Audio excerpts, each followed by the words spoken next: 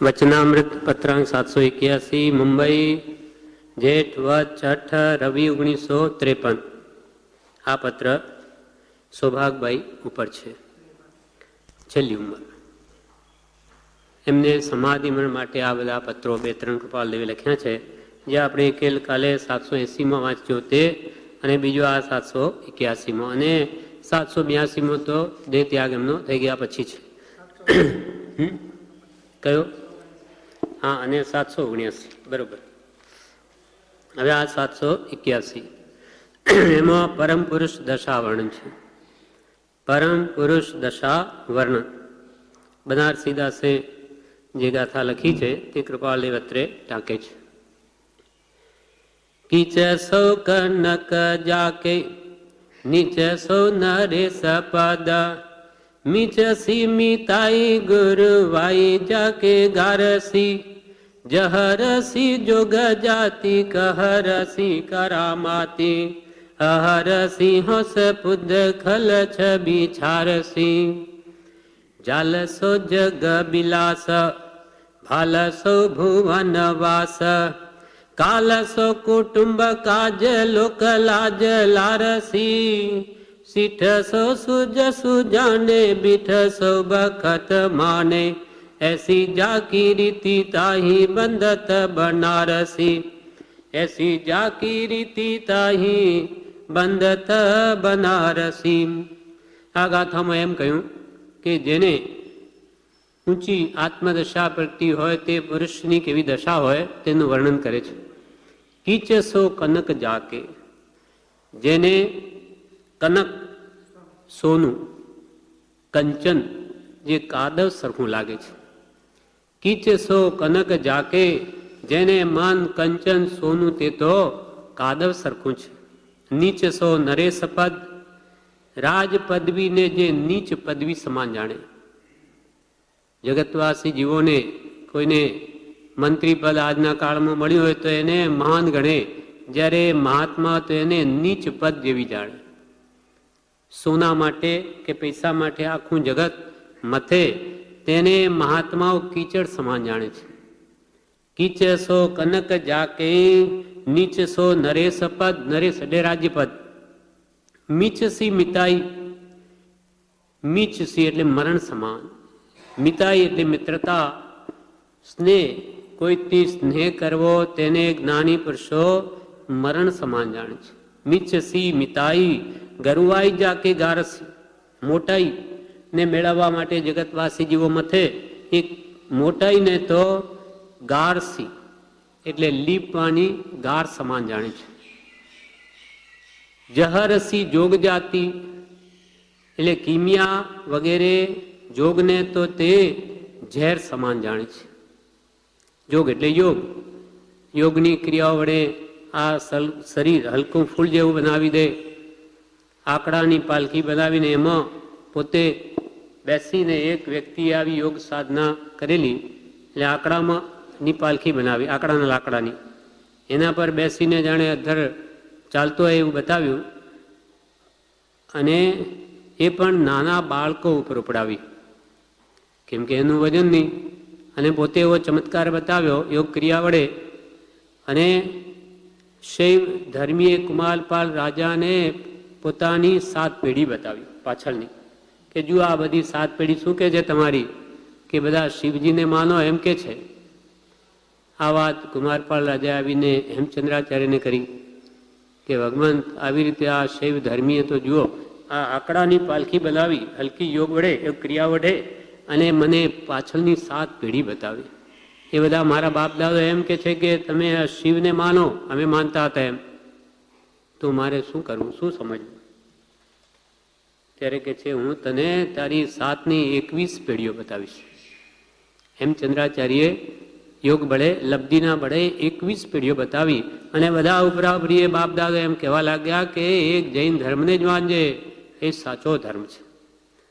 એટલે કુમારપાલ રાજા વિચારમાં પડી ગયા કે એને બતાવેલી 7 પેઢીઓ એ બરાબર કે આ 21 પેઢીએ કે એ બરાબર? ત્યારે પછી હેમચંદ્રાચાર્ય શું કહે, એને 7 પેઢી બતાવી એ ખોટી, અને મેં 21 બતાવી એ ખોટી. કેમ કે એ તો બધું માયાથી કરેલું છે, સત્ય નથી. સાચા તો જગતમાં એક વિતરાગ દેવ જ છે. વિતરાગ સમો દેવો ન ભૂતો ન ભવિષ્યતિ. વિતરાગ સમાન કોઈ દેવ જગતમાં થયો નથી અને ભવિષ્યમાં થશે પણ નહીં, એટલે એને જ માનજે. બાકી આ બધું માયાથી ગમે તે બતાવી શકે, બધું મિથ્યા છે. એમ અહીંયા કે છે પણ જગતવાસી જીવોને આ ભાઈ કંઈ ચમત્કાર બતાવે તો એને નમસ્કાર, એને સાચું માને. પણ જહરસી જોગ જાતિ, આવા યોગ ને તો જ્ઞાની પુરુષોને મન ઝેર જેવા છે. હા, યોગીનું લક્ષણ નહીં. ચમત્કાર બતાવી તે યોગને સિદ્ધ કરવો એ યોગીનું લક્ષણ નથી. એટલે સાચા મહાત્માઓ ચમત્કાર ન બતાવે. એટલે પ્રભુશ્રીને કૃપાલય કહેલું મુનિ લબ્ધી સિદ્ધિઓ પ્રગટ છે, ઓલંગી જજો. એટલે પ્રભુશ્રી કે અમે તો પ્રભુ એને લાત મારીને કાઢી મૂકી છે. સાચા મહાત્માને આ બધા કિમિયા કે આવા યોગની ક્રિયાઓ જગતને આશ્ચર્ય દેખાડવાની ઈચ્છા જ ન થાય. જહરસી જોગ જાતિ અને ઝેર સમાન જાણે, અને કહરસી કરામાતી, કહર એટલે દુઃખ, કરામાતી એટલે મંત્રાદી પ્રભાવે કોઈ પણ આવું કરી બતાવવાનો એને એ કહર એટલે દુઃખ સમાન, અશાતા સમાન જાણે છે. અહરસી હોંશ એટલે જગતમાં પૂજ્યતા થવા આદિની હોંશને મહાત્માઓ અનર્થ સમાન જાણે છે. હરસી એટલે અનર્થ, હોંશ એટલે ઈચ્છા. એટલે જગતમાં પૂજ્યતા થવા આદિની હોંશને તે અનર્થ સમાન જાણે છે. પૂદગલ છબી છારસી, પૂદગલની છબી, હા શરીર, એવી આ ઔદારિક કાયાને તો તે રાખ જેવી જાણે છે. કેમ કે અંતે તો આ શરીરની રાખ જ થવાની છે. પૂદગલી છબી છારસી, છાર એટલે રાખ સમાન માને છે. જાલસો જગ બિલાસ, આ જગતના ભોગવિલાસને તે મૂંઝાવા રૂપ જાળ સમાન માને છે. જેમાં આખું જગત પડ્યું સુખ માને, એને તો એ મહાપુરુષોએ ભોગવિલાસને જાળ સમાન માને, એ જ મૂંઝવે છે જીવને. જાલસો જગ બિલાસ, ભાલસો ભુવનવાસ, અને ઘરમાં વાસ કરવો તેને તે મહાત્માઓ ભાલા સમાન જાણે છે. ભાલસો ભુવનવાસ, જાલસ કાલસો કુટુંબ કાજ, કુટુંબના કામકાજને કાળ એટલે મૃત્યુ સમાન જાણે છે. કાળ એટલે મૃત્યુ. કાળસો કુટુંબ કાજ, લોક લાજ લારસી, અને લોકમાં લાજ એટલે ઇજ્જત વધારવાની ઈચ્છા અને મુખની લાળ સમાન જાણે છે. સીઠસો સુજસ જાણે, એટલે સીઠ એટલે નાકના મેલને, નાકના મેલ જેવી કીર્તિની ઈચ્છાને જાણે છે. કીર્તિની, તેને નાકના મેલ જેવી જાણે.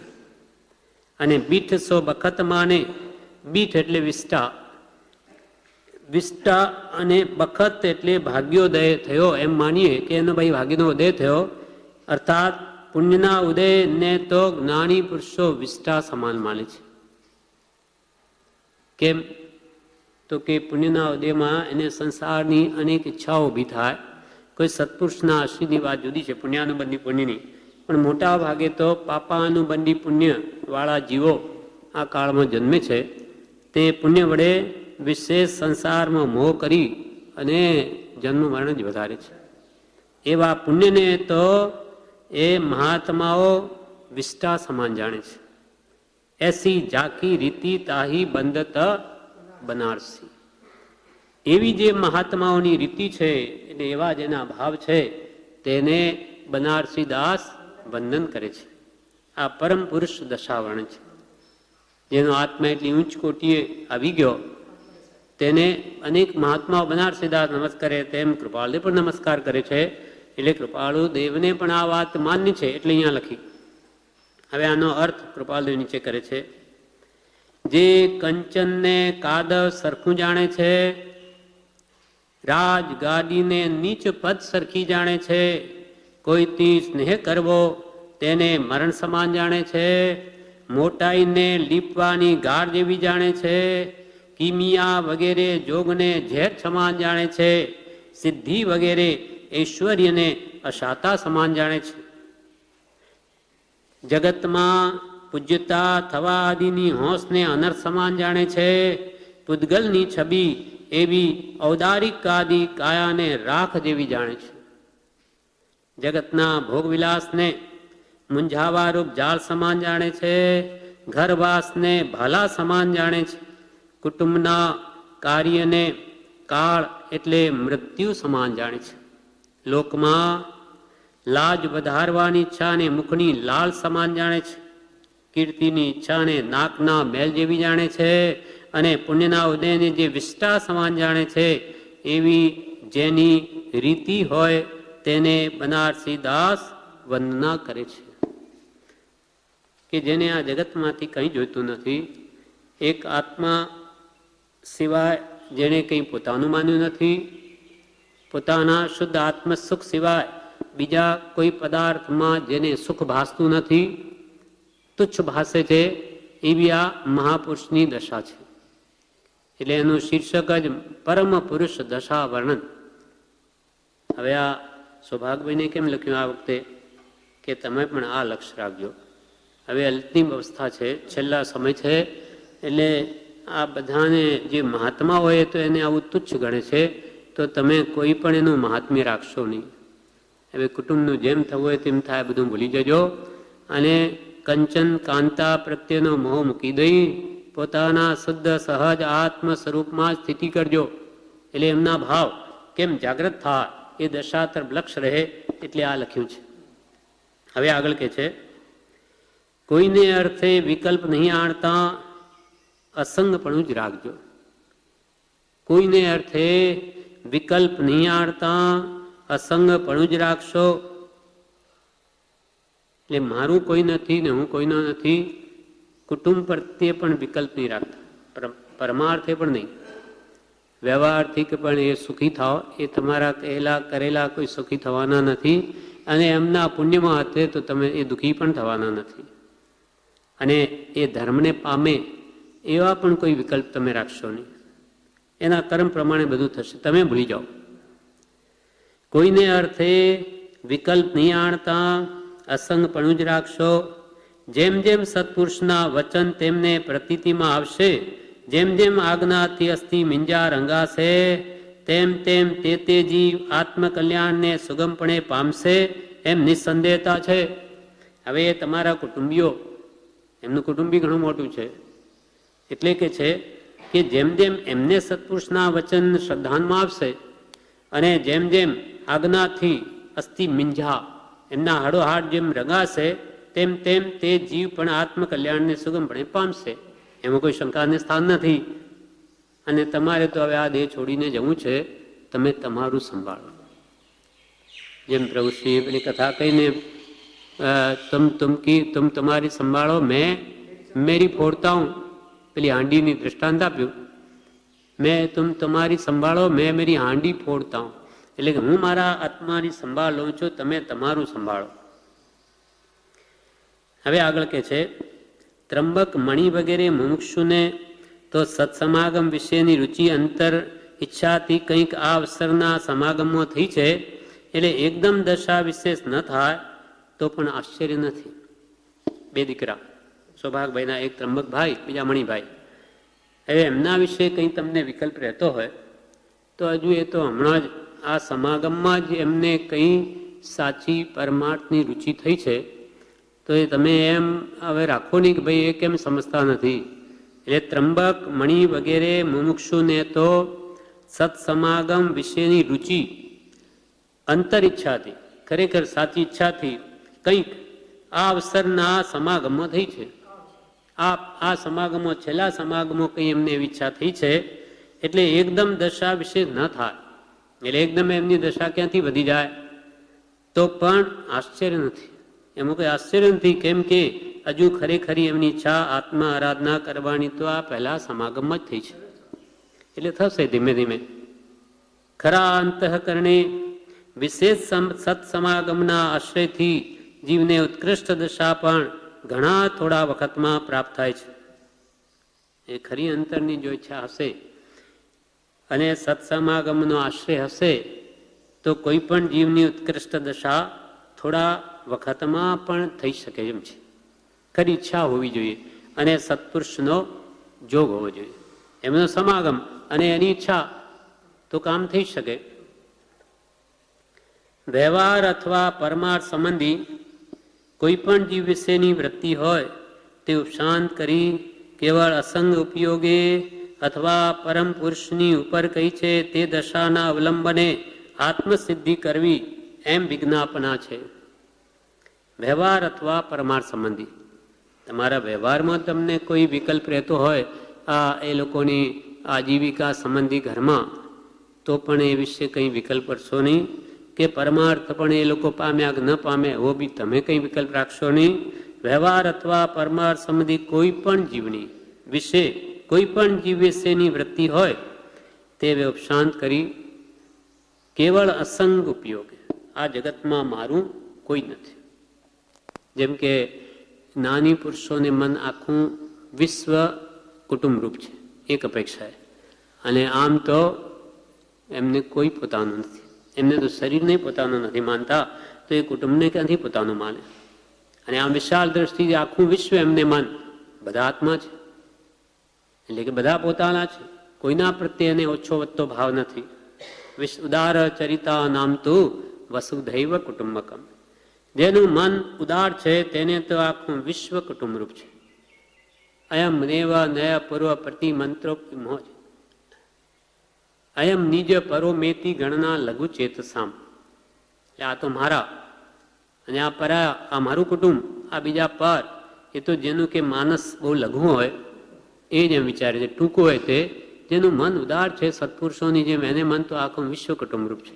એટલે જ્ઞાનીઓને મન એક અપેક્ષાએ બધા પોતાના, અને અંતરથી જોઈએ તો કોઈ પોતાનું નહીં, શરીર પણ પોતાનું નહીં. એવી તમે પણ વૃત્તિ રાખજો. એટલે બધું ભૂલી જઈ તમે ઉપયોગને અસંગ કરો. બધી વૃત્તિઓ સર્વજીવ પ્રત્યેની ઉપશાંત કરી કેવળ અસંગ ઉપયોગી અથવા પરમ પુરુષની ઉપર કહી છે તે દશાના અવલંબને, આ ઉપર દશા કહી, એ દશાનું અવલંબન લઈ આત્મસ્થિતિ કરવી એમ વિજ્ઞાપના છે. તમે તમારા આત્મ સ્વરૂપમાં સ્થિત થાઓ. અને આ મહાત્મા જુઓ કેવું એમને કંચન પ્રત્યે કે બધી રાજ પદવી કે ધનાદિ કે કિમિયા કે જગતમાં ભાલા સમાન રહેવું ભાસતું હતું. કુટુંબ પણ જેમને એનું કામ પણ મૃત્યુ સમાન લાગતા હતા, અને ઘર જેને ભાલા સમાન લાગતું હતું, એ દશાની સ્મૃતિ કરીને પણ તમે તમારા અંતઃકરણને નિર્મળ કરશો. વ્યવહાર અથવા પરમાર્થ સંબંધી કોઈ પણ જીવ વિશેની વૃત્તિ હોય તે ઉપશાંત કરી કેવળ અસંગ ઉપયોગી અથવા પરમ પુરુષની ઉપર કહી છે તે દશાના અવલંબને આત્મસિદ્ધિ કરવી એમ વિજ્ઞાપના છે. કેમ કે બીજો કોઈ પણ વિકલ્પ રાખવા જેવું નથી. આ કૃપાળદેવે કહ્યું, સૌભાગભાઈએ કર્યું, એમનું તો કલ્યાણ થઈ ગયું. હવે આપણે કરવાનું છે. આપણે જો સમય આવવાનો બાકી છે, એ જ્યારે આવે ક્યારે આવે નક્કી નથી, તૈયાર થવાનું. આપણે આ વિચારીને મારું કોઈ નથી, અસંગ છું, મારું કોઈ નથી, રાગદ્વેષાદી ભાવો પણ મારા નથી, ભાવ કર્મ પણ મારા નથી, નાના વડિયાદી દ્રવ્ય કર્મો પણ મારા નથી, અને શરીર કુટુંબાદી નો કર્મ પણ મારા નથી. હું તો બધાથી રહિત છું, અખંડ અવિનાશી અને અસંગ સ્વરૂપ છું.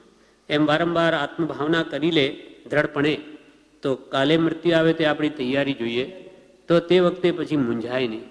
નહીં તો કે આ બધું મારું છૂટી જશે, આ બધું રહિત થઈ જશે, પછી શું કરીશ, એવો કંઈ પણ ભાવ રહે નહીં.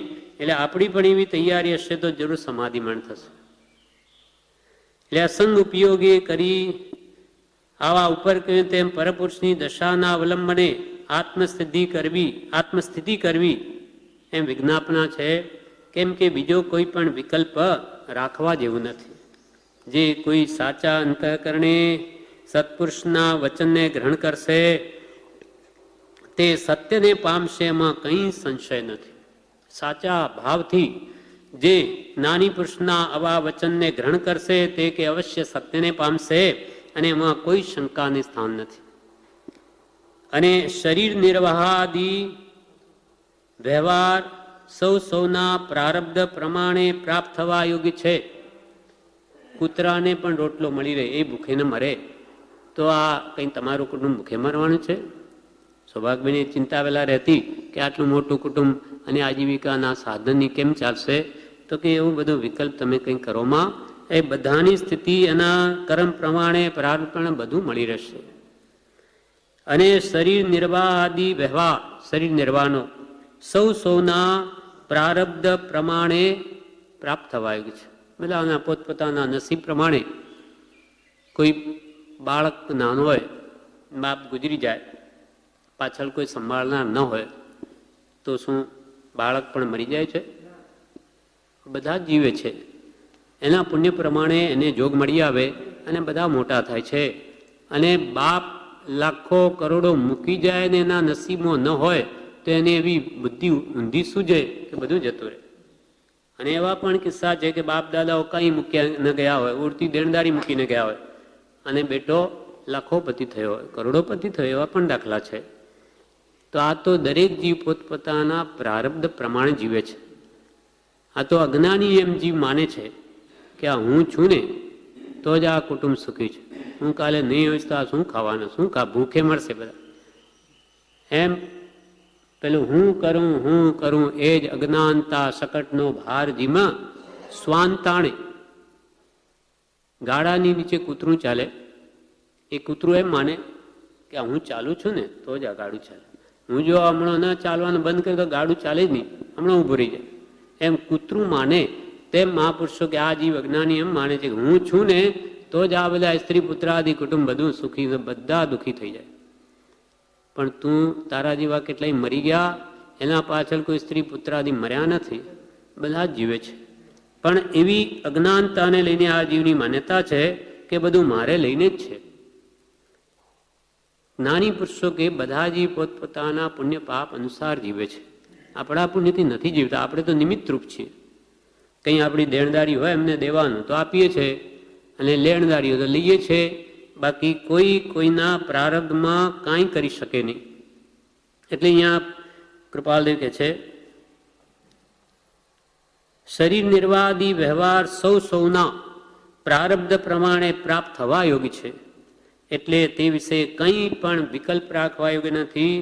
જે વિકલ્પ તમે ઘણું કરીને સમાવ્યો છે તો પણ નિશ્ચયના બળવાનપણાને અર્થે દર્શાવ્યું છે.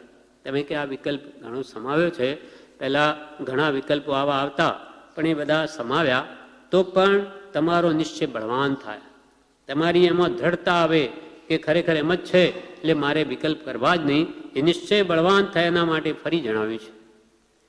જે વિકલ્પ તમે ઘણું કરીને સમાવ્યો છે તો પણ નિશ્ચયના બળવાનપણાને અર્થે દર્શાવ્યો છે. હવે છેલ્લા પેરેગ્રાફમાં લખે છે સર્વ જીવ પ્રત્યે, સર્વ ભાવ પ્રત્યે અખંડ એક રસ વીતરાગ દશા રાખવી એ જ સર્વ જ્ઞાનનું ફળ છે. સર્વ જીવ પ્રત્યે, સર્વ ભાવ પ્રત્યે અખંડ એક રસ વીતરાગ દશા રાખવી એ જ સર્વ જ્ઞાનનું ફળ છે. આ છેલ્લો પેરેગ્રાફ.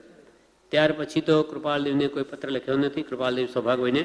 એટલે આ છેલ્લો પત્ર 781 તેમાં છેલ્લો પેરેગ્રાફ, એમાં કૃપાલદેવ લખે છે સૌભાગભાઈને કે સર્વ જીવ પ્રત્યે અને સર્વ ભાવ એટલે જળ ચેતનાત્મક આખું વિશ્વ, જે બધા પ્રત્યે જળ પદાર્થ હોય કે ચેતન પદાર્થ હોય એ બધા પ્રત્યે એક અખંડ વીતરાગ દશા રાખવી. એટલે કોઈ પુત્રાદિ કે કુટુંબાદિ ચેતન પ્રત્યે પણ રાગણી, તેમજ કોઈ જળ પદાર્થ પ્રત્યે પણ કોઈ આસક્તિ રાખશો નહીં. ગમે તે વસ્તુ હોય, તેમાં શરીર પણ જળ છે પણ તમે વિતરાગ દશા જ રાખજો. સર્વ જીવ પ્રત્યે તેમજ સર્વ ભાવ પ્રત્યે અખંડ એક રસ વિતરાગ દશા રાખવી એ જ સર્વ જ્ઞાનનું ફળ છે. એટલે તમે આ દિવસ સુધી જે જ્ઞાન મેળવ્યું હોય, જે સમજણ મેળવી હોય તેનું ફળ આ જ છે. આ આવવું જોઈએ. જ્ઞાનસ્ય ફલ વિરતિ, જ્ઞાનનું ફળ વિરતિ આવવું જોઈએ, ત્યાગ આવવો જોઈએ. તો તમે આ દિવસ સુધી જે કંઈ જાણ્યું હોય તો તો તેનું ફળ આ આવવું જોઈએ કે સર્વ જળ ચેતન પદાર્થો પ્રત્યે વિતરાગ દશા થવી જોઈએ. તો તમે જાણ્યું. એક રસ વિતરાગ દશા રાખવી એ જ સર્વ જ્ઞાનનું ફળ છે. આત્મા શુદ્ધ ચૈતન્ય જન્મજરા મરણ રહિત અસંગ સ્વરૂપ છે. એમાં સર્વ જ્ઞાન સમાય છે. આપણો આત્મા શુદ્ધ ચૈતન્ય સ્વરૂપ છે, નિશ્ચય નહીં, મૂળ સ્વરૂપે ભગવાન જેવો શુદ્ધ ચેતનામય, જન્મ જરા મરણથી રહિત, એટલે ઉપયોગી, સદા અવિનાશ. જ્ઞાન દર્શન ઉપયોગમય, જ્ઞાન ઉપયોગ દર્શન ઉપયોગ એ આત્માના મૂળ લક્ષણો છે. એવો આપણો આત્મા શુદ્ધ ચૈતન્યનો ઘનપિંડ છે. શુદ્ધ બુદ્ધ ચૈતન્ય ઘન, ચૈતન્યનો ઘન છે, જળનો ઘન નહીં. શુદ્ધ એટલે શુદ્ધતા આત્માનું મૂળ સ્વરૂપ છે, જ્યાં કર્મનો અનંતાંશ પણ નહીં, એવું શુદ્ધ. અને બુદ્ધ એટલે જ્ઞાન, બુદ્ધ એટલે જ્ઞાન સ્વરૂપ, એટલે સંપૂર્ણ જ્ઞાનથી યુક્ત અને સંપૂર્ણ શુદ્ધ, તેમજ ચૈતન્ય ઘનપિંડ અને સ્વયં જ્યોતિ સુખધામ છે. સ્વયં જ્યોતિ સ્વરૂપ છે, પોતાને જણાવી શકે, બીજાને બતાવી શકે, અને સુખનું ધામ છે, સુખનું જ ઘર છે. આત્મા આપણને આ ચિંતાઓ કે દુઃખ સાને લઈને થાય? કર્મ કારણ છે. એમાં એને લઈને આ રાગદ્વેષની પરિણતિ થઈને જીવ દુઃખ પામે. બાકી આત્મામાં તો મૂળમાં રાગદ્વેષ છે જ નહીં, અને જ્યાં રાગદ્વેષ નથી ત્યાં દુઃખ છે જ નહીં. તો મૂળ સ્વરૂપે તો આત્મા અને સુખનું જ ધામ છે. બીજું કહીએ કેટલું કેટલું કહીએ, કર વિચાર તો પામ. હવે તું વિચાર કરે તો બધું સુખ તારામાં જ રહેલું છે. સુખ તો વસે આત્મા વિશે, પણ તેનો નહીં નિર્ધાર, તેનું તને નિર્ધાર નથી, નક્કી નથી હું જ આત્મા છું. માટે સુખ શોધે હીન વસ્તુમાં, જળ વસ્તુમાં નહીં જળનાર. હીન એવી જળ પૌદ્ગલિક વસ્તુમાં જીવ સુખ શોધે તો જ્ઞાની પુરુષો કે ત્યાં મળશે જ નહીં. કોલસાની ખાણ હોય તેમાં આપણે હીરો શોધવા જઈએ, ક્યાંથી મળે? કોલસાની ખાણમાં હીરો છે જ નહીં તો ક્યાંથી મળે? તેમ આપણે આ સંસારમાં જ્ઞાની કે સુખ છે જ નહીં તો તું ગમે એટલું શોધ નહીં, મળશે જ નહીં, કેમ કે ત્યાં છે જ નહીં. સુખ ગુણ તો આત્માનો છે, અને આત્માના આવરણ જો સંપૂર્ણ ખસેડી દે તો પોતે અને સુખનો જ પિંડ છે. એમ આત્મા શુદ્ધ ચૈતન્ય જન્મ જરા મરણ રહિત. આત્માનું કોઈ જન્મ નથી, આત્માનું કોઈ મરણ નથી, અને આત્માને કોઈ વૃદ્ધાવસ્થા નથી.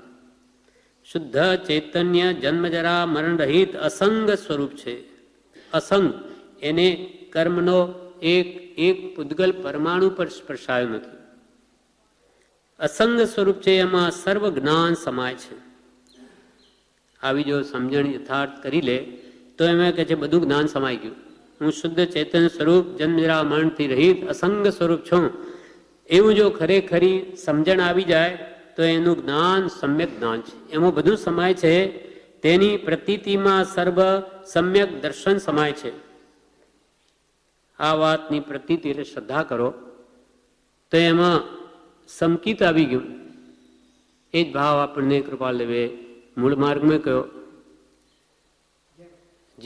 જેમાં આવી પ્રતીતિ જીવની રે, જીવની શ્રદ્ધા, જેમાં આવી પ્રતીતિ જીવની રે, જાણ્યો સર્વેથી ભિન્ન સંગ મૂળ માર્ગ સાંભળો જીનનો રે.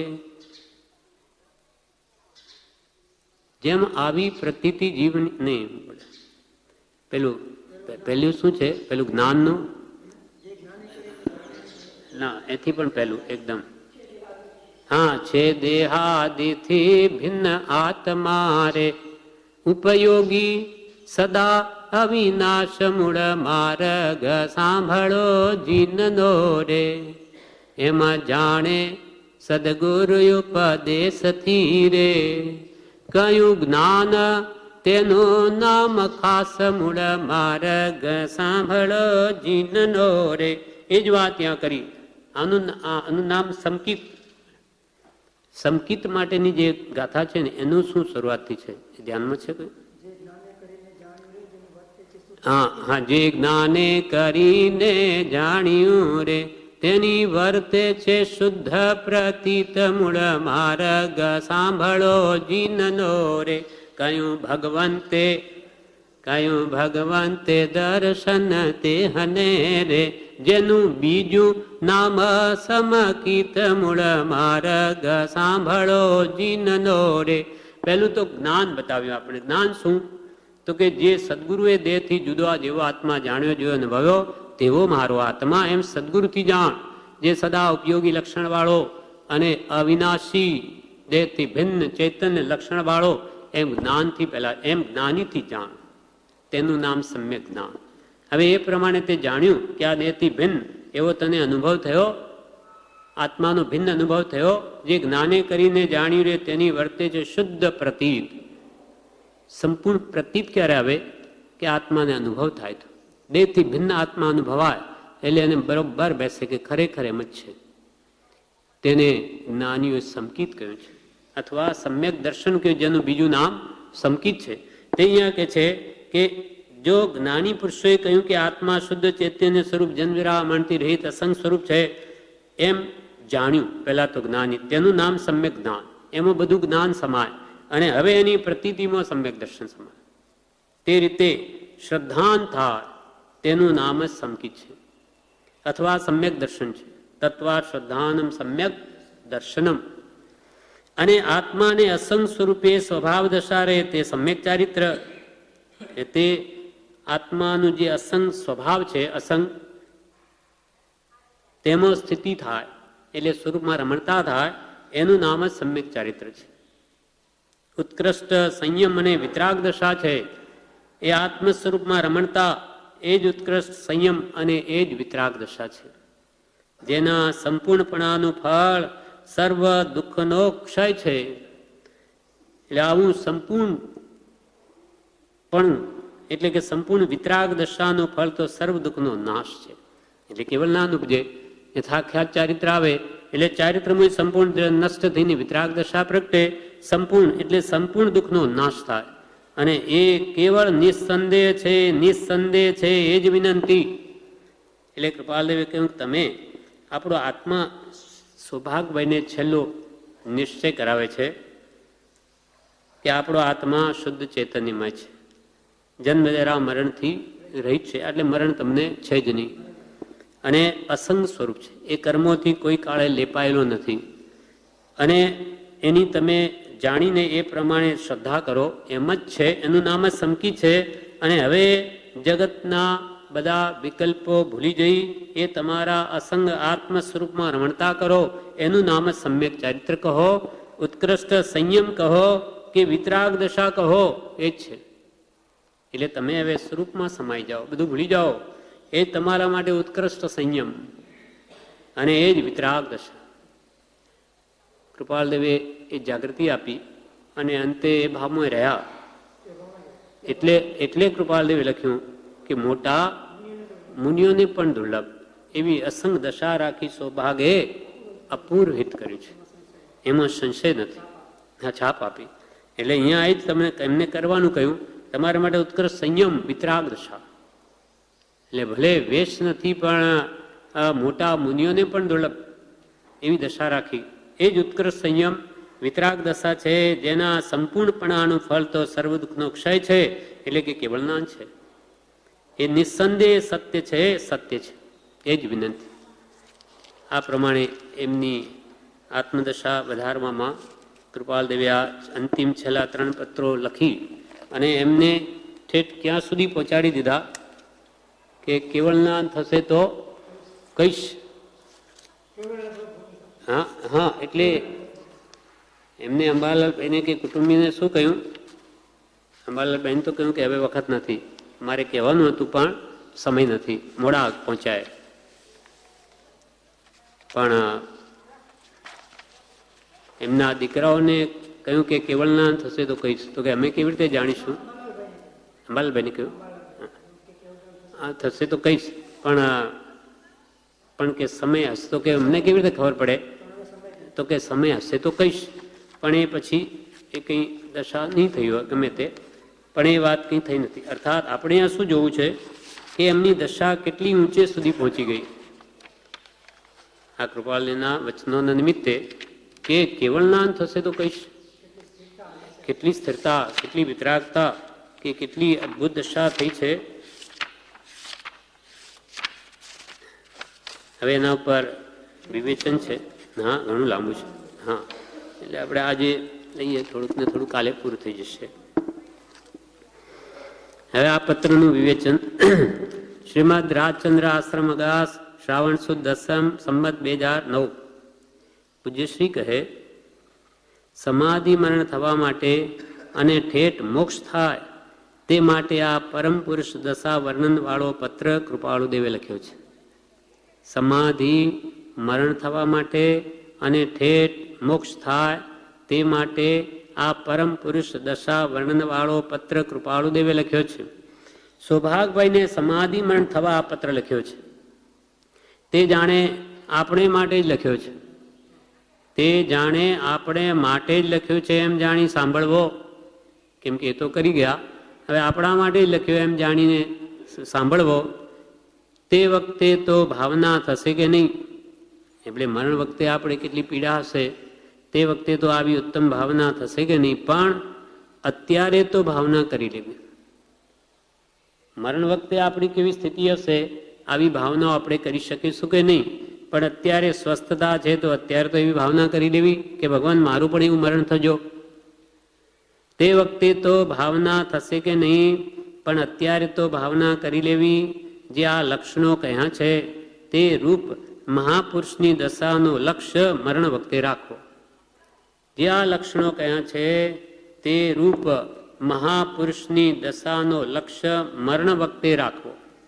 આપણે પણ જગતમાં કંચન અને કામિની એ બે કહેવાય છે. એક કન કરું કામિની દો, મોટી તરવાર ઉઠ્યો તો જીન ભજન કું બીચ મેં લિયો માર. આખું જગત આ કંચન અને કાંતાના મોહમાં પડ્યું છે. જગતમાં કંચન અને કામિની એ બે કહેવાય છે. એની પાછળ આખું જગત ગાંડું થઈ ગયું છે. એની પાછળ આખું જગત ગાંડું થઈ ગયું છે. મહાપુરુષની દશા તો કોઈ જુદી છે, એ બીજા પ્રકારની છે. સોનાને મહાપુરુષો કાદવ સમાન જાણે છે. એ સાંભળી આપણે સોનાનો લોભ છોડવો. એ સાંભળી આપણે સોનાનો લોભ છોડવો. સોના પ્રત્યે જીવને મહાત્મ્ય છે, પણ એ કર્મ બંધાવે એવું છે. સોના પ્રત્યે જીવને મહાત્મ્ય છે, પણ એ કર્મ બંધાવે એવું છે. જેમ કાદવ ધૂળ છે, તેમાં સોનું પણ ધૂળ છે, માટી છે. આ પીળી માટી જેવું છે, એવું લક્ષ્યમાં રાખવું. સોનું પણ ક્યાંથી નીકળે? ખાણમાંથી. એ માટીમાંથી જ નીકળે. ત્યાં પણ કોલારની સોનાની ખાણ જોઈ હોય તો એમાં કાળી માટી હોય, એના અંદર ઝીણા ઝીણા આવા બહુ જ સૂક્ષ્મ આવા ચમકતા આવા સોનાના કણ હોય, એ પછી એનામાં જુદા પાડે. એટલે બધી જ એક પ્રકારની આ પીળી માટી, પણ એની અછત હોવાથી જેમ રત્નોની હીરાની કિંમત આપણે કેમ કરીએ તેવી રીતે એની કિંમત જીવે માની છે. બાકી ખરેખર છે તો પૂતગલ માટી જ છે. નાનીને મન તો માટીનો એક કણ હોય, કે ભલે દેવલોકની રિદ્ધિ હોય, હીરા માણેક મોતી, એને મન તો બધું સમ છે, બધું એક સરખું છે. રજ કણ કે રિદ્ધિ વૈમાનિક દેવની સર્વે માન્યા પૂતગલ એક સ્વભાવ છે. હીરા એ જળ અને માટી પણ જળ, બંનેથી કંઈ પેટ ભરાય નહીં. પણ આની કિંમત આપણે કરી એટલે આનું હમણાં વેલ્યુ એને મૂલ્ય લાગે છે, પણ ખરી રીતે તો બે પૂતગલ જ છે. એ કંઈ આત્માનું કલ્યાણ કરી ન શકે. જેમ કાદવ ધૂળ છે તેમાં સોનું પણ ધૂળ છે, માટી છે, આ પીળી માટી જેવું છે, એવું લક્ષ્યમાં રાખવું. એમાં મોહ છે તે મટાડી સત્પુરુષ પર કરવાનો છે. એમાં મોહ છે તે મટાડી સત્પુરુષ પર કરવાનો છે. આપણને સોનાનો લોભ હોય તો તે છોડવાનો છે. સોનું પોતે ન પહેરતો હોય તો એને મહત્તા લાગે છે. બીજા કોઈને ઘરેણા પહેર્યા જુએ તો એને થાય કે બહુ સારું ચલકે છે. એને એનું મહાત્મ્ય છે તેથી એમ થાય છે. એ બધો મોહ છે, મોહ છોડવાનો છે. આપણે સોનું માનો પહેરતા ન હોય તો પણ મનમાં ઊંડે ઊંડે એનું મહાત્મ્ય હોય. કંઈ પેપરમાં આવું 5 કિલો 10 કિલો સોનું પકડાઈ ગયું હોય તો એટલું બધું સોનું, અર્થાત એ પ્રત્યે આપણને મહત્તા છે. એટલે અહીંયા કોઈએ ઘરેણા પહેર્યા હોય તો કે આ બહુ સારું ચલકે છે, એટલે એનું મહાત્મ્ય છે. એ જ મોહ છે. મોહ મટાડવાનો છે. આ સોનાની વાત કરી. કનક કીચસો કનક જાકે. હવે નીચસો નરેશ પદ, રાજ્ય પદવીને જે નીચ પદવી સમાન જાણે, હવે એનું વર્ણન કરે છે. નરેશ પદને નીચ પદ માને તે નિર્મોહી પુરુષનું લક્ષણ છે. કોઈને અમલદારી વગેરે હોય તો લોકો વખાણે, કોઈને અમલદારી વગેરે હોય તો લોકો વખાણે, પણ એ નીચ પદો છે, અધોગતિના કારણ છે. રાજેશ્વરી તે નરકેશ્વરી કંદ કર્મ બંધાવનાર છે, તેથી નીચ પદ છે. રાજ્યમાં અનેક પ્રકારના અન્યાય થઈ શકે, એટલે આ અમલદારની પદવીઓ છે તે તો જ્ઞાનીની દ્રષ્ટિએ નીચ પદવીઓ છે, અધોગતિના કારણ છે. રાજેશ્વરી તે નરકેશ્વરી કર્મ બંધાવનાર છે, તેથી નીચ પદ છે. કોઈની સાથે પ્રેમ કરવો, હવે મીચ સી મિતાઈ, મિતાઈ એટલે મિત્રાઈ, સ્નેહ, એ મરણ સમાન છે, એનું વર્ણન કરે છે.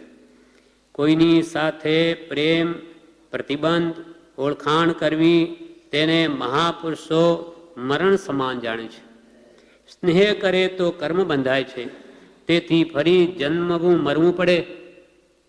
અઘરામાં અઘરો સ્નેહ પાસ તોડવો હોય છે. અઘરામાં અઘરો સ્નેહ પાસ તોડવો એ છે. જેના પ્રત્યે આપણને સ્નેહ છે એ જાળ છે, એ જાળ અઘરામાં અઘરું છે. અઘરામાં અઘરું સ્નેહ પાસ તોડવો એ છે. સંગ અને સ્નેહ પાસનું તોડવું અતિશય વસવું છતાં પણ કરવું, કેમ કે બીજો કોઈ ઉપાય નથી. કૃપાલજીના વચનો કે જગતમાં આપણને સંગ પ્રિય છે, કુટુંબીઓ કે બીજા પ્રત્યે સ્નેહ પ્રિય છે, પણ આ ઝાડ સમાન છે, એટલે એને તોડવો જ, મનથી ઘટાડવો જ, એ વગેરે મુક્તિ નથી એના વિના. સંગ અને સ્નેહ પાસનું તોડવું અતિશય વસવું, ઘણું વસવું લાગશે, છતાં પણ કરવું, કેમ કે બીજો કોઈ ઉપાય નથી. રાગ દ્વેષ મોટા બંધન છે, જેને જન્મ મરણ વધારવા હોય તે આ પ્રતિબંધ કરે. રાગ દ્વેષ મોટા બંધન છે, જેને જન્મ મરણ વધારવા હોય તે આ પ્રતિબંધ કરે. કૃપાળુદેવ અમને કોઈ ન ઓળખે તો સારું એમ ઈચ્છતા, કૃપાળુદેવ અમને કોઈ ન ઓળખે તો સારું એમ ઈચ્છતા, મોટાઈ છે તે ગાર જેવી છે. મોટાઈ તેને લીપવાની ગાર સમાન જાણે છે. 3 પ્રકારના ગારવ, રસ ગારવ, વૃદ્ધિ ગારવ, શાતા ગારવ કહેવાય છે. રસ ગારવ હોય તો એમ થાય કે અમે તો એવું ન ખાઈએ, સારું સારું જ ખાઈએ. જેને ખાવા પીવાનો રસ હોય એનો પાછો ગર્વ હોય તો કે અમે આવું ચાલુ ન ખાઈએ, અમારે તો જમવામાં મિષ્ટાન તો જોઈએ જ, અને 2 શાક વગર નહીં ખાઈએ. આ રસ ગારો થયો. એક તો પાછો સ્વાદ કરે અને એનો પાછો ઉપરથી ગર્વ, અભિમાન કરે, એ રસ ગારવ કહેવાય. રસ ગારવ હોય તો એમ થાય કે અમે તો એવું ન ખાઈએ, સારું સારું જ ખાઈએ. અમે રિદ્ધિ ગારવ હોય તેને એમ થાય કે અમારા જેવા મોટા કોઈ નથી, અમે તો મોટા કહેવાઈએ, અમે કંઈ આમ ચાલે નહીં, આવું અમે જઈએ નહીં કંઈ, અમારે તો ગાડી જોઈએ જ, એના વગર નહીં ચાલે, અમે કંઈ આવો બેસીએ નહીં ટ્રેન વેનમાં, એમ એનો પાછો ગર્વ છે. રિદ્ધિ ગારવ હોય તેને એમ થાય કે અમારા જેવા મોટા નથી. વળી શાતા ગારવ હોય તેને એમ થાય કે મને તો નખમાંય રોગ નથી, અને માથું દુખે કેવું એ મને તો ખબર નથી. એમ જેને શાતા ગાર હોય કે અમારે તો કોઈ દિવસ શરીર સદા સ્વસ્થ છે, એમને તો કોઈ દિવસ નખમાંય રોગ નથી, અને તો માથું દુખે કેવું એમને ખબર નથી, એનો પાછો ગર્વ. પુણ્ય ઉદય ઠીક છે કે આવો રોગ નથી, પણ ક્યારે આવશે ત્યારે પછી કંઈ તમને છોડે નહીં, પછી રડતાય નહીં છૂટે. પણ પુણ્યોદય છે એનો પાછો ગર્વ કરે. શાતાગાર હોય તેને એમ કહે સાતાગાર હોય તે એમ કહે કે મને નખમય રોગ નથી, પણ એ બધું જીવને કર્મ બંધાવે છે અને હલકો પાડે છે. કૃપાલ જેટલા પૌદ્ગલિક મોટાઈ છે તેટલા હલકા સંભવે. મોટાઈ વાળાને દુઃખ થાય છે. ચંદ્ર સૂર્યનું ગ્રહણ થાય છે, પણ તારાનું થતું નથી. મહાપુરુષો મોટાઈથી ભય પામે છે. ચિદાનંદજી જેવા જંગલમાં નાસી ગયા. પ્રભુશ્રી કહેતા કે લઘુતા મેરે મનમાની અનેક પ્રકારના ચમત્કાર કિમિયા લોકોને સારા લાગે છે, પણ મહાપુરુષોને તો એ ઝેર જેવા લાગે છે. ઝેર જેમ પાસે હોય પણ ખાય નહીં, તેમ રિદ્ધિ સિદ્ધિને ઝેર જેવી જાણે છે. પ્રભુશ્રીએ ઝેર જેવી કાઢી મૂકી. પરમાર્થને નામે પાછી જે મોટાઈ કરે છે, પરમાર્થને નામે ત્યાં ઠગાય છે, માટે ચેતાવે છે. લોઢાનું સોનું કરતા આવડતું હોય તો તેને ઝેર જેવું જાણે છે, એ આત્માને નુકસાન કરનાર છે. કોઈ કળા સિદ્ધ થઈ હોય તેને મહાપુરુષો અશાતા જેવી જાણે. કોઈ કળા આવડી હોય તો મહાપુરુષો કે આ શાતાનો ઉદય આવ્યો. લોકો આપણો ભાવ પૂછશે એમ જાણી એની કળાઓ શીખે, પણ મહાપુરુષો તો એને તાવ જેવી ગણે છે. કેટલી ઊંચી દશા છે. પ્રભુશ્રીજી કહેતા કે રિદ્ધિ સિદ્ધિને તો અમે લાત મારીને કાઢી મૂકી છે. આ મહાપુરુષોની દશા છે.